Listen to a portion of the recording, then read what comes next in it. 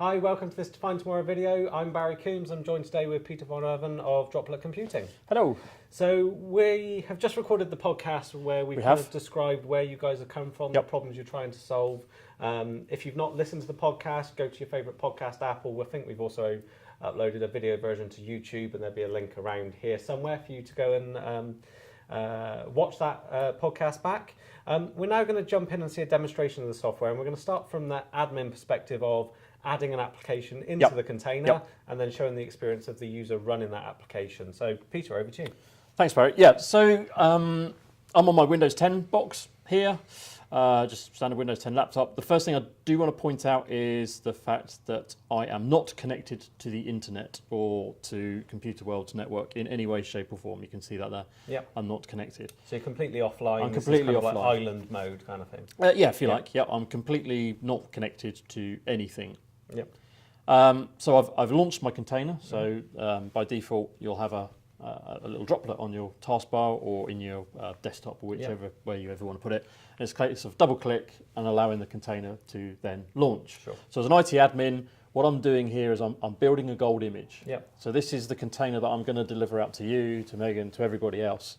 So as an IT admin. So the first thing I need to do is, because I'm in user view right now, is I need to unlock the container. Sure. An unlock is a simple case of pressing the padlock. Yep. And then I just need to enter the admin password correctly.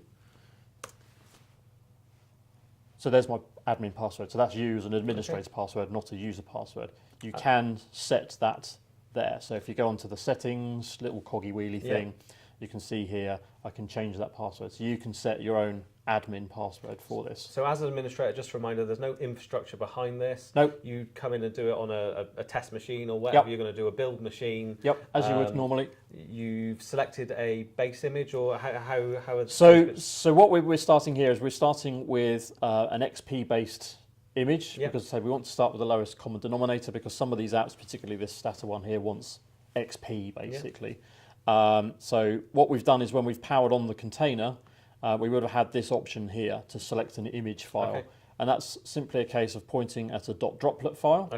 And that's your image. So that's how we kind of make it portable. So if you look at architecture from an admin's perspective, we have our runtimes, so like the executables, the DMGs, the RPM packages on whatever platform, and then we have the container. And this is the bit you're pointing at here.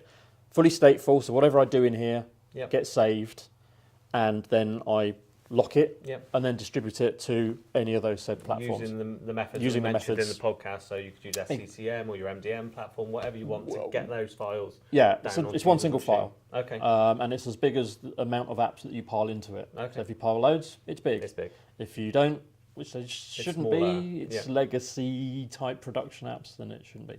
So I've pointed at that and powered up, and here we have our container. So the first thing you notice is when I've unlocked it, I've had this plus button. So the plus button is to add the tile to the app launcher screen. But before we do that, we obviously need to install an app. So I'm just going to make this full screen because it might be easy to read. And if I go over here, I have a little spanner. The orange bar, if you've got multiple apps running, you'll see them all listed, so I can switch them. That's our switcher. So you can switch between apps. So you see here I've got a spanner. So I'm going to spanner, and I'm going to open an Explorer window because I want to go and browse to the file I want to install. Got a lovely Windows XP style Explorer window open now. Yeah, similar look and feel. So we've got some elements of it in there that you need. So we've only put in the bits that you need. So here I've gone to the C drive, if you like. It's not really a C drive. Of the container, and I've got this folder called shared, and in here I've got some bits and pieces, documents. So this is a folder that's shared from your laptop down into the container. Exactly that. So if I actually go here, try to pick up my mouse and open a device file share, you can see here, if I go to, actually, probably the easiest thing to do if I do here, I've got a quick shortcut. So if I go to the shortcut, it's here. So that's the same folder you're seeing inside the container. So that's the same folder, And the path, deliberately, app data roaming. Any ideas why that might be? A little test for you, Barry? No. Because most UEM solutions are going to pick up on the roaming profile data. So it's going to get picked up automatically. So if I put a folder in here, I could create a new folder and just call it Barry C, there we go. And what will happen is that'll pick that up in the next minute or so, and it will appear in here. Okay. But while it's doing that, so that is a sync, and so it's a private sync, network. So it's not the same folder, it's a synchronization between those folders. Yep. So how do I install an app? And the folder's just appeared there in the meantime. It has indeed. Yeah, there we go, under there. So that's that exact folder. So whatever I put in there, obviously it's going to sync between two. Private network, not externally exposed. So if I'm doing Notepad++ here, I'm just going to do a normal install. Yep. I'm not packaging, I'm not secreting, so I'm not virtualizing. Start snapshot, end snapshot, you're just installing it. I'm just finding install.exe and going next. I agree. Remember the path, because we'll need that in a second. So it's program files, Notepad++. Next. Do you want a shortcut on the desktop? Doesn't matter, because you're not going to see it anyway, so we won't have that because it's not a desktop. And it's going to do an install. Okay. Standard install, not tested, not changed it in any way, shape or form. I don't want to run it. I'm just going to go there and finish.